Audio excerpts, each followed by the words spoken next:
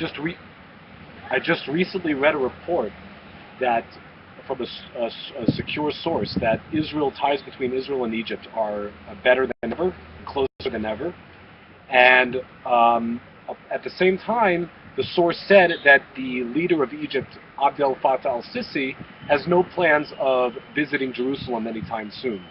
But I'd like to comment on the ties themselves. Since Sisi took over the regime from the former regime, the Muslim Brotherhood, the two countries, Israel and Egypt, have had a lot of security cooperation in fighting the ISIS in the Sinai. Israel's allowed Egypt to move more into the Sinai, more eastward, even though that's against the treaty that Egypt and Israel signed. And so there's a lot of cooperation there, and Israel's giving some oil to Egypt as well. So the other thing that was going through my head, Shlomo, is that both Israel and Abdel Fattah al-Sisi's regime are both being mistreated by the Obama administration. If you notice, for about close to a year and a half, the Obama administration cut off military aid to Egypt, protesting in a form of protest to Egypt's own crackdown against radical Islamic terror groups. And we do know very well that the Obama administration does not like the current government in Israel. So I think what Obama's done is he's actually managed to make peace in the Middle East. He's managed to really make peace, at least in a certain regard.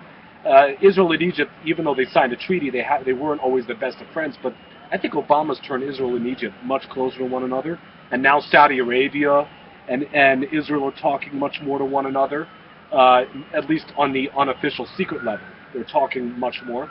So I think in that regard, I think we should thank Obama that he's helping us forge closer ties with countries like Egypt, and I want to know if you agree with that.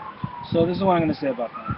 I'm going to say that after Sisi has shut down over 23,000 mosques, I think Egypt is going in the direction of Turkey, that it's going to become a lot more secular now. Interesting, because Turkey is technically moving in the opposite direction, or at least has been. Well, I've actually been to Turkey. Yeah. And it doesn't look any more religious than it looks previously.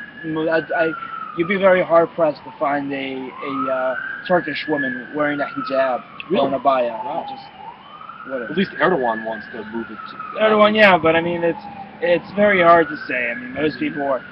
Secularism is very much a part of Turkey. They have a huge LGBT community in Turkey that were protesting against the military and the government. Mm-hmm. So I find that. I want to express my thanks, my heartfelt thanks to the Obama administration for helping to create more peace between Israel and our Arab countries that live around us. Thank you so much, Obama.